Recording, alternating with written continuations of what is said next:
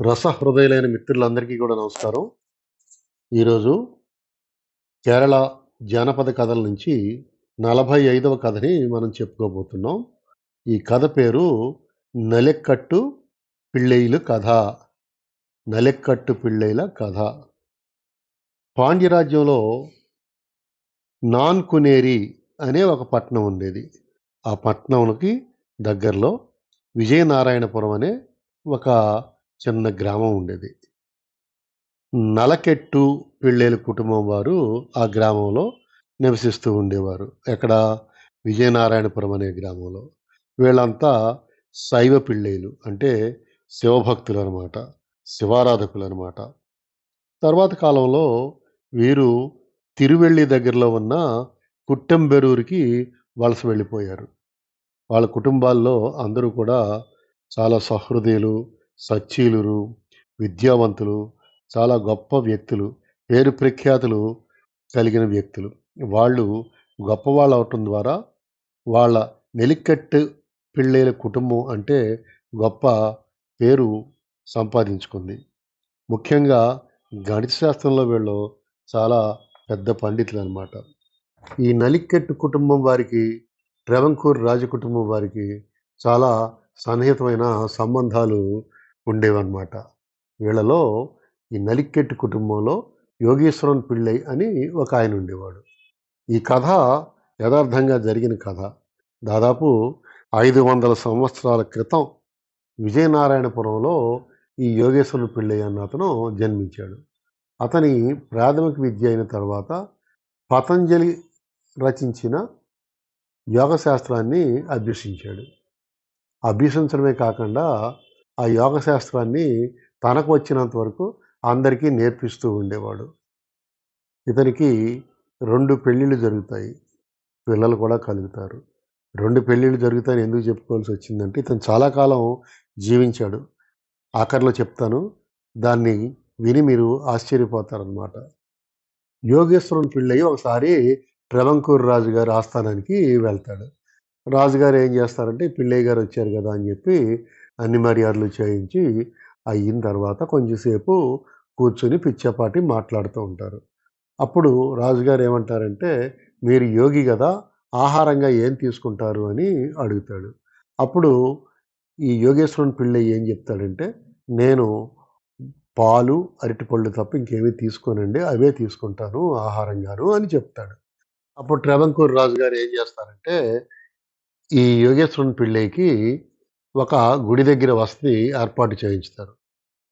ఆయన అడిగినట్లుగానే అరటిపళ్ళు, పాలు ఇవ్వమని చెప్పేసి వాళ్ళ నౌకర్లకు పురమాయించుతాడు రాజుగారు.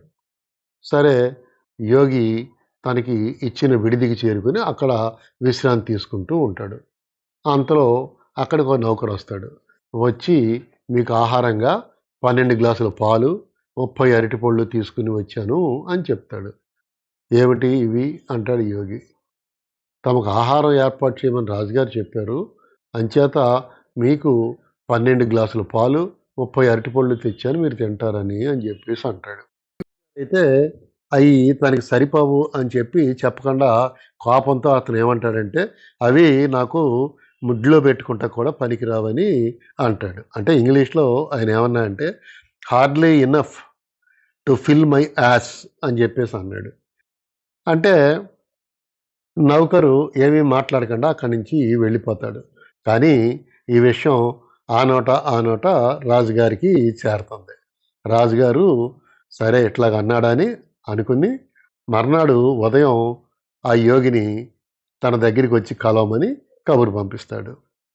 రాజుగారు కొంచెం వ్యంగ్యంగానే, ఏమి యోగి గారు, యోగేశ్వరన్ పిళ్ళయ్య గారు, మీరు మీ మలద్వారం ద్వారా పాలను స్వీకరిస్తారా అని చెప్పేసి అడుగుతాడు.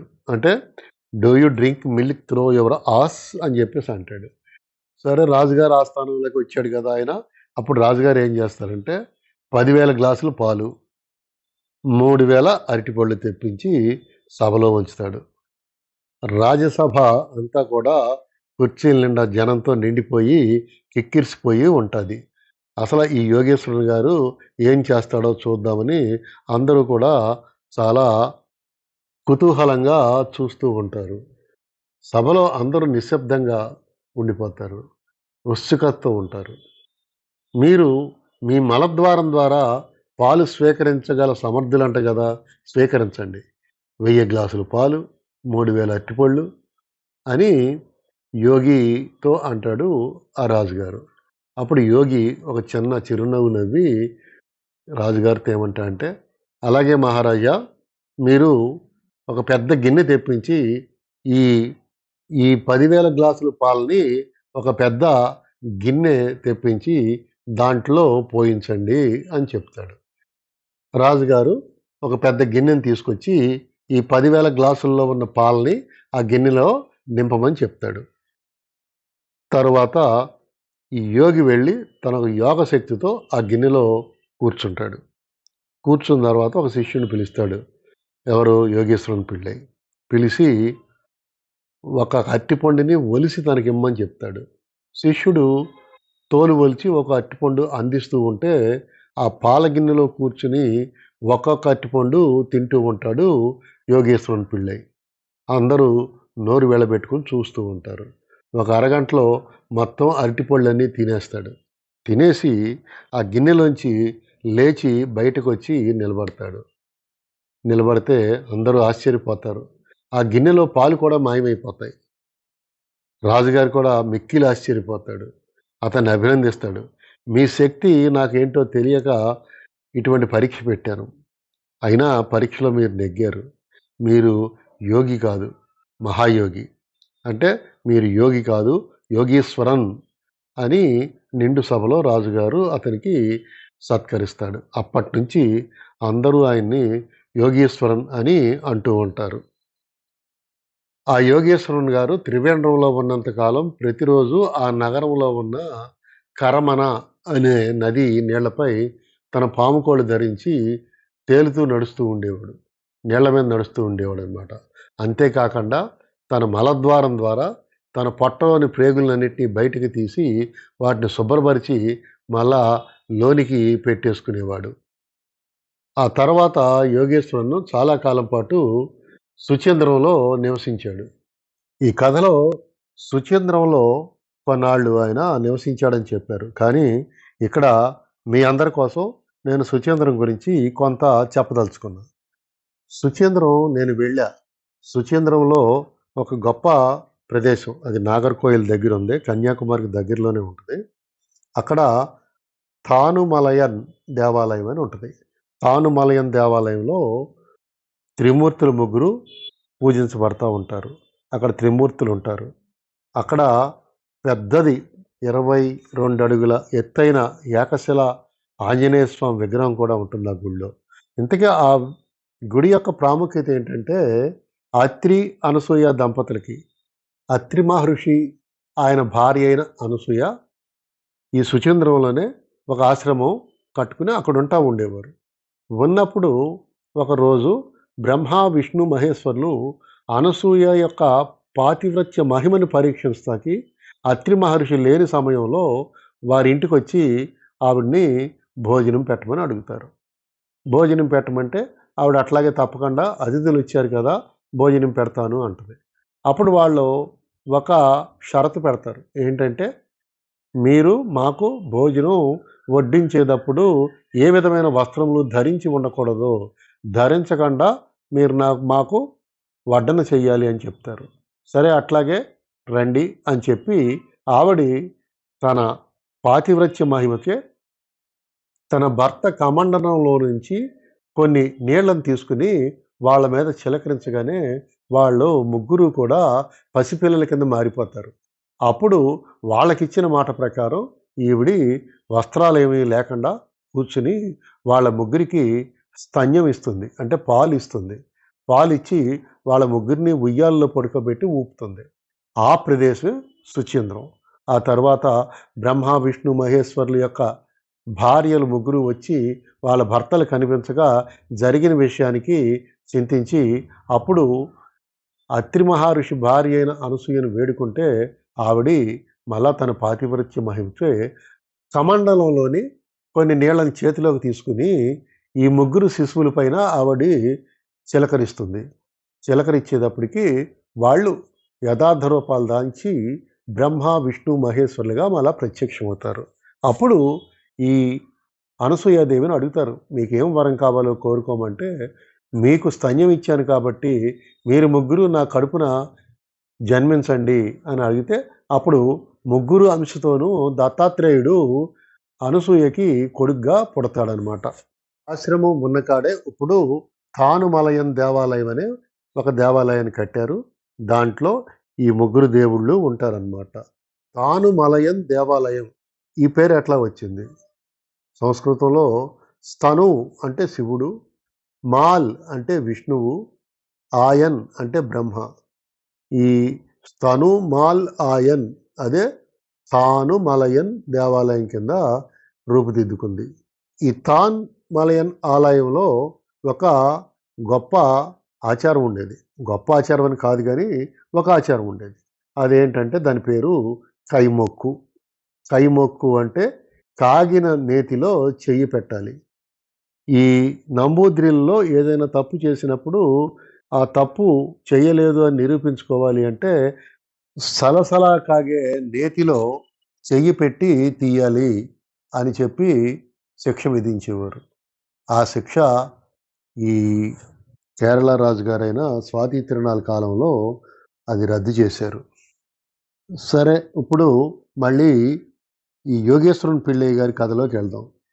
ఈ యోగేశ్వరన్ పిళ్ళై గారి తర్వాత కాలంలో మరుత్వాన్ మల లేదా మరుత్వాన్ కొండల దగ్గర చాలా కాలం పాటు నివసించాడు. ఈ మరుత్వాన్ మల అనేది చాలా ఆధ్యాత్మికంగా ప్రసిద్ధి చెందిన పశ్చిమ కనుమల్లో ఉన్న కొండలు. ఈ కొండల్లో సంజీవ పర్వతం మొక్క పడిందని చెప్తారు. అంటే రావణ యుద్ధంలో హనుమంతుడు సంజీవ పర్వతాన్ని తీసుకొచ్చేటప్పుడు ఆ సంజీవ పర్వతం యొక్క ఒక చిన్న మొక్క అక్కడ పడింది అని చెప్తారు. అక్కడే ఒక గుహ కూడా ఉంది. ఆ గుహలోనే ఈయన కొన్నాళ్ళు ఉన్నాడు. ఈయనే కాకుండా ఈయన తర్వాత కాలంలో కూడా నారాయణ గురు అని కేరళ గురువుగా ఒక ఆయన పిల్లతాండవం గుహ, కన్యాకుమారి జిల్లా మరుందువయం మలై అక్కడ తపస్సు చేసి సిద్ధి పొందాడని కూడా చెప్తారు. ఇక్కడే వనమూలికలు చాలా దొరుకుతాయి. అంచేతే సంజీవ పర్వతం ముక్క ఇక్కడ పడిందని చెప్పేసి అంటారు. మన ఆంధ్రదేశంలో కూడా చిత్తూరు జిల్లాలో అరకొండ అని చెప్పేసి ఒక కొండ ఉంది.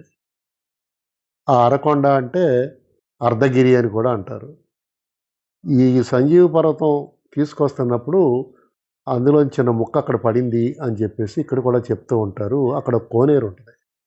ఆ కోనేట్లో నీరుని తీసుకుని వెళ్ళి తాగితే రోగాలు నయమవుతాయని అక్కడ ప్రజలు నమ్ముతూ ఉంటారు ఇప్పటికి కూడా.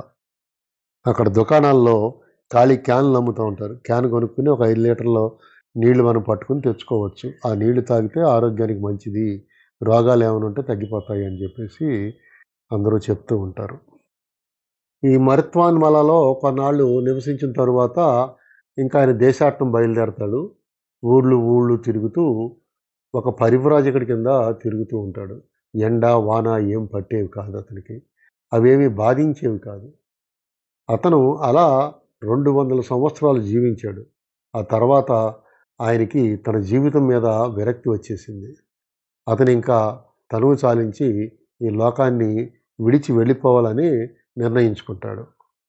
మలయాళ దేశాన్ని పరశురాముడు బ్రాహ్మణులకు దానం చేశాడు కాబట్టి తాను అక్కడ కాకుండా తన దేశానికి అంటే మలయాళ దేశం నుంచి వదిలి అక్కడి నుంచి వెళ్ళిపోయి తను పుట్టి పెరిగిన పాండ్య రాజ్యంలో తన తనువుని సాలించాలని నిర్ణయం చేసుకుని మళ్ళా తన సొంతూరైన విజయనారాయణపురం వెళ్ళిపోతాడు ఈ యోగేశ్వరన్ పిళ్ళై గారు. చివరి కాలంలో అక్కడి నుండి కరింకులం అనే ఊరి దగ్గరికి వెళ్ళి తన చివరి జీవితాన్ని అక్కడ తన 217వ ఏట ముగిస్తాడు. ఒకరోజు శివునికి అర్చన, పూజలు అవన్నీ చేసి అతను శివైక్యాన్ని పొంది సమాధి పొందుతాడు. ఆ తర్వాత కాలంలో అతని అనుచరులు అక్కడ కరింకులంలో ఆయనకి ఉన్న సమాధి మీద ఒక గుడి కట్టించి దాంట్లో యోగేశ్వరన్ పిళ్ళై యొక్క విగ్రహాన్ని కూడా ప్రతిష్టాపింప చేశారు. ఇప్పటికి కూడా పిళ్ళై వంశస్థులు అక్కడికి వెళ్ళి ఆ యోగేశ్వరుని పిళ్ళైకి పూజలు చేసి ఆయన ఆశీర్వాదం పొంది వస్తూ ఉంటారు. చివరగా మరుత్వమల కొండల గురించి ఇంకొక మారు చెప్పుకుందాం. ఈ మరుత్వమల కొండలు చాలా పుణ్యక్షేత్రాలున్న కొండలు.